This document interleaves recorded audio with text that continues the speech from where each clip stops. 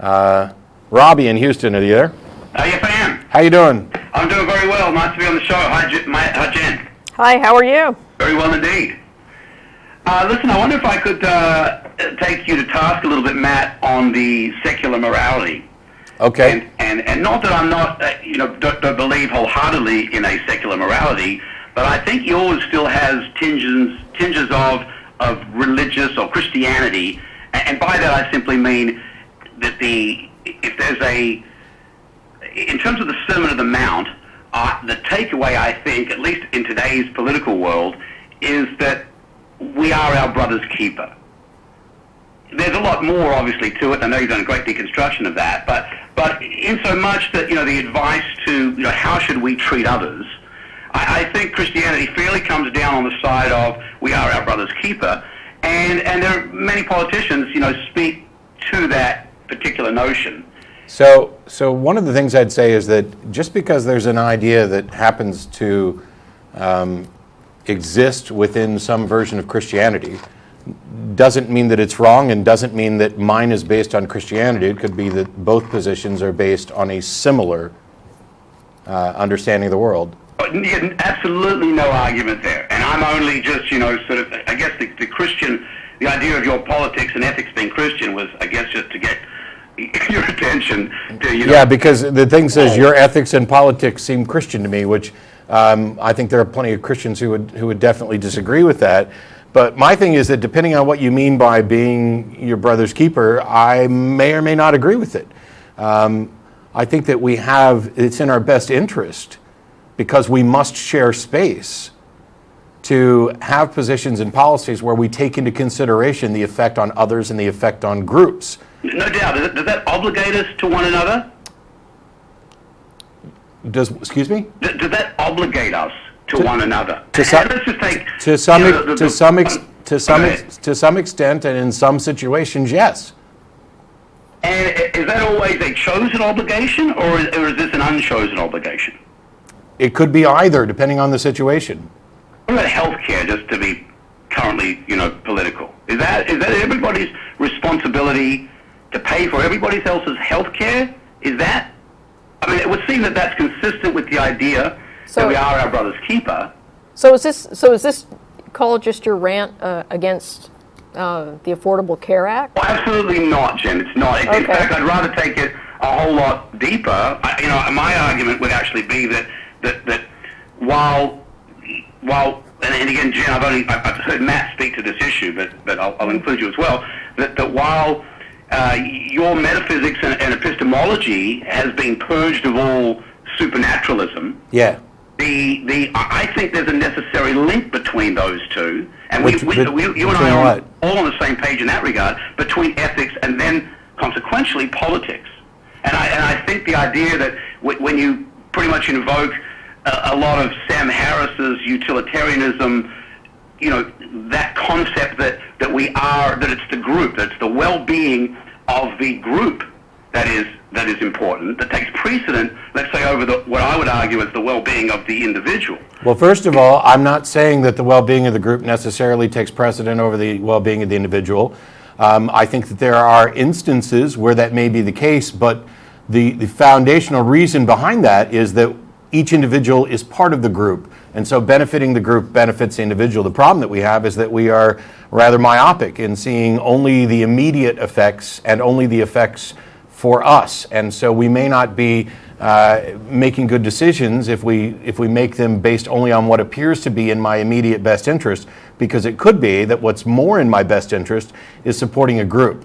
There's this idea of a veil of ignorance, of designing a system based on the idea that you don't know who you're going to be within that system. And so when it comes to something like socialized medicine, as everybody likes to call it, where we are all contributing to a fund that ensures that we all have access to health care, it's based on the idea that we should all be equal and have equal opportunity to live a healthy life, and that it is in our best interest to make sure that all of the citizens of our community have the opportunity to be healthy. And that this is, because the person, if you take like an extreme libertarian stance, which basically ends up being, I got mine, screw you if you can't get yours, then you set up a situation where there are some people who could ultimately become incredibly productive members of society that would benefit you enormously. And I mean, you could go to like this person's going to cure cancer or whatever else, but you don't know who any of those people are. And so if you only focus on the individual, or if you primarily focus on the individual, you lose out on those opportunities. So you're arguing, I know you love that fallacy of ignorance, you're arguing that the people we don't know about, there may be some people in the future who may go on to cure cancer, and we don't know that, but there may be, and as a result, we should pay for their health care. No. I'm saying that is one consideration. Here's the thing. I was unemployed from January through like August, and didn't have access to health care, didn't have an income. What kind of position does that put me in? And if in fact I had access to health care, doesn't that help ensure that I get back to being a productive member of society quicker than if I didn't? All right. So firstly, if you don't have access to health care, you don't have access to friends or anybody who would help you in that regard. Is it given the cost, Matt, or is it? You said earlier, and it intrigued me when you said there may be an instance where the interests of the group are overshadowed. You overshadow the interests of any individual in that group, and therefore create the situation where the group takes precedence. And I'm thinking, and America is certainly the country that reversed that in history, that took the sanctity of the individual and with regard to freedoms, yes, but not with regard to obligations. If I'm obligated, am I free? I'm suggesting that what you say is I should be obligated for. I would say is, and I'm not taking an extreme libertarian approach here, but rather just an acknowledgement, because here's my deeper point, Matt. It's actually that when it comes to a standard of morality, if you invoke the well-being of the community or the group, then you necessarily create conflicts within the individuals in the group. You make that individual subservient. To me, is the individual a part of the group? No, certainly. Okay, so if the group benefits, doesn't the individual benefit too? Not necessarily. Isn't it more likely that if a group is benefiting, that it's better for the individuals in the group? How did you get math where the group benefits and individuals don't? Well, let's just say you've got 10 people in a group, and 9 of them want what the other one person has, and you would say, okay, well, let's just take it because that benefits the group. 9 of us over 1, or 6 of us over 4. It's 2 wolves and a sheep sitting down for dinner. Okay, so well, first of all, the 2 wolves and the sheep, there's a constitutional protection there, but what is that 10th person has something? What grants him the position of having something? Well, that's just, it's just, if 10 people are living on an island, and let's just say one person is productive and is, planting and is creating all this sort of stuff, and the other 9 are just, just in a gang and they're not doing anything, they're just staying on the beach. So, Robbie, do you think that your 90% of the population is not being productive and just trying to leech off of the one person? Do you think that's even fucking remotely an accurate model of any society or group? No, Matt, that was just an example. No, it wasn't an example. Going to a hyperbolic, unrealistic example does not do anything to aid the conversation. Well, I'm sorry for that. What I meant because it could be that 90% of the population are productive, and this one person is the one that's leeching. Yeah, well, then the 90% isn't going after the 1%. I know the 1%'s leeching off the 90. I'm just saying, look, in an entitlement state, which I think you're very much an advocate for. I'm an advocate for the policies that best benefit everybody or as many as possible. There's always going to be conflict. It's unavoidable. That's the nature of sharing space and making compromises and recognizing that yes, there are things that my tax money goes to that I'd rather it didn't. But if we allowed everybody to decide individually where their tax money was going to go, then there are things that we are benefiting from that would not get funded because people aren't going to have the right information and the ability to have the foresight to see how they're going to benefit from those things long term. So their property should be taken because they don't know it. Who's advocating? Yeah. Matt, you said earlier that you said the best interest again of the group. You've said in your lecture about that contrary to the goals of a productive society, and so you're invoking this group concept all the time. And I'm still looking for any example you could give me where the interests of the group could then usurp, let's say, the fundamental rights. What are the fundamental rights? What are the fundamental Robbie? What are the fundamental rights that you're talking about? Because rights are granted. Your life. No. Rights are granted. Are they privileges? Yes, rights are granted. That is what the Constitution is about. Rights are granted by the community. Oh, they're given by the community? Yes. Yes. Of the people, by the people, for the people. I thought they were inalienable. I disagree with the assertion that there's any such thing as inalienable rights. You should watch my debate with Abdu Murray where he tries to make this point, and I refute it because rights are granted. What use is it to say that you have a right that nobody recognizes that you actually have? Well, I would say that to have a right that is inalienable is to have a right that How could you possibly... Once you grant a right, Matt, what's to stop you from taking it away? How is a right any different than a privilege? Well, you know what? That's a conversation we're having with respect to abortion rights right now. The question is, what rights should we grant? The question that I asked, though, was of what value is it to say that you have a right that nobody recognizes you actually have, a right that isn't being protected by anyone at all? No, I agree, absolutely. So there is no doubt that rights fundamentally have to be protected.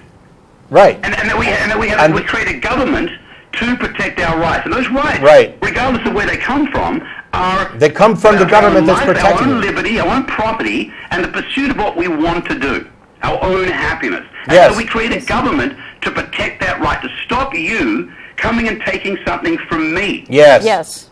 So when you want me to pay for your health care because of somebody else's health care... I don't come to you, Robbie, and ask you to pay for my health care. Matt, there is a social contract that in order to be a participant of the society and gain the rights and benefits of that society, you have to contribute to it. And sometimes the contributions that you make go to benefit others because we recognize that a high tide raises all boats. So Matt, tell me how we then decide which contributions we make, which ones we're obligated to make, and which ones are just absolutely off the wall. Are you happy to provide... to pay taxes? Yes. And then after we decide that we're going to pay taxes, we go through and sometimes our taxes go to things that they shouldn't go to. Mm-hmm. And that's where debate and elections... How do we decide that? So where do you draw the line? What are the things we should pay for and what things shouldn't we pay for? Is there a way to do that, or it's just a majority vote? Yeah, it's called government. Well, truly, but government, Jen, is this agency that protects our rights. It's an agency. It's the agency of force. It's not a debating society. No, it's not. We are the government, by the way. Yeah. True. But what I simply mean by that is, Matt, you and I can disagree like we do now. Right. Robbie, I can't take your property as a result of our disagreement, whereas the government can. If I disagree with the government... Yes, the government can. Can take it. Here's the... Oh my God, will you shut up? I'm sorry, go ahead. You're still making this analogy of me coming to take your stuff by force and then saying that the government shouldn't be able to do it either. That is a power that the government has to have in order for it to be able to guarantee or protect rights and anything along those lines. There is a fundamental difference there. So when you equate the two, you're already making a mistake.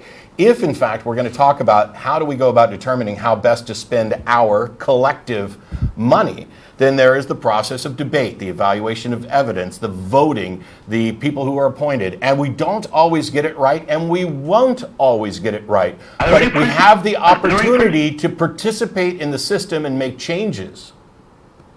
And what I'm asking is there a principle that determines, that governs the right course of action, how to use, what I properly can take your money for? I'm not anti-government. I think we should have a government, and it should be to protect our rights, and it should be for the court system, the police, and all these sorts of things, but it should not be, I draw the line at healthcare. I say that when you have a government that pays for healthcare, you have imported this we are our brother's keeper. Why don't you want to pay for healthcare?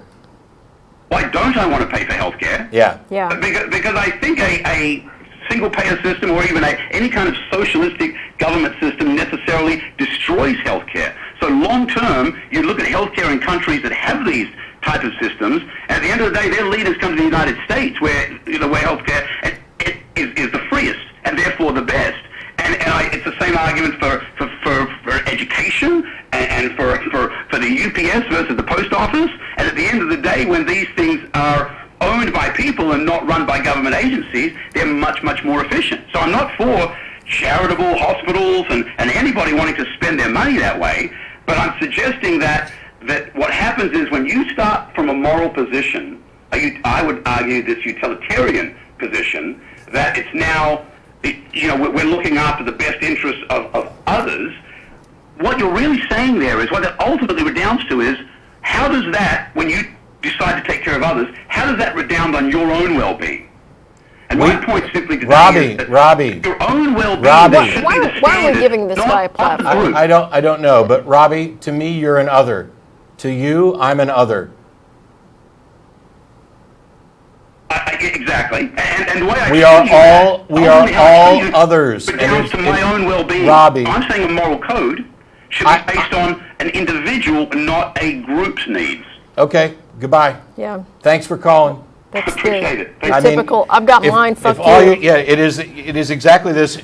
You can't have a moral code based on the individual needs as long as you have to share space. There are going to be compromises. Why can't we just deal with one another by trade, but not by force? Because there are selfish assholes in the world. Because there are selfish people in the world. Because there needs to be some protection against. Well, that's what you have a court. That's what you have police and courts for. Yeah, the best you can buy, right? That's your system, right? If I want to keep all my money, why am I obligated to, in any way, other than, let's say, the protection of our rights? So I'm arguing the protection of rights we all agree with. But I'm arguing against, let's say, healthcare, just as an example. There's a myriad of them where you and I agree, hey, listen, this isn't how we want our money spent. And I'm just saying, well, there's an easy way. We don't have to start a new conversation every time. Yes, there's an easy way, Robbie. It's called throwing the baby out with the bathwater, and it doesn't actually result in anything productive or good. That's what you're advocating, is that where we can't agree, then we should just throw the baby out with the bathwater. What about the people who don't agree that we should have roads or police? What do we do with them? Well, again, the protection of our rights, I'm not for majority rule. I'm not saying you are. You're saying, I'm for a constant. Robbie, you're saying that there are these things that you and I happen to agree on that our tax dollars should go to, and that we're in a disagreement about maybe health care. Now, what do you do with the people who don't agree with us about money going to roads? You explain the moral principle that's at hand here. There's no moral principle for roads. Well, I agree that moral principle, I agree that infrastructure is necessary for access. But not health infrastructure, just the freaking roads. No, not healthcare. I believe you should be able to have to. So I need a road to drive on. So we want a bunch of sick people driving those roads. Yeah. I'm saying it's so that they can wreck into your car, so that you're no longer able to make a living, and then we'll see if you still want to do the screw you. I got mine. You get yours. That's why you have car insurance and you have health insurance. Well, at what point, Matt, does it become my responsibility to pay for your health insurance or anyone else's, or your education for that matter, or a whole host of things? Do you realize, Robbie, what's the number one cause of bankruptcy in the United States? I do not know. You should look it up and then call back. Thanks for calling. Actually, don't. Don't talk about the after. don't call back. Well, he can write back. Yeah. But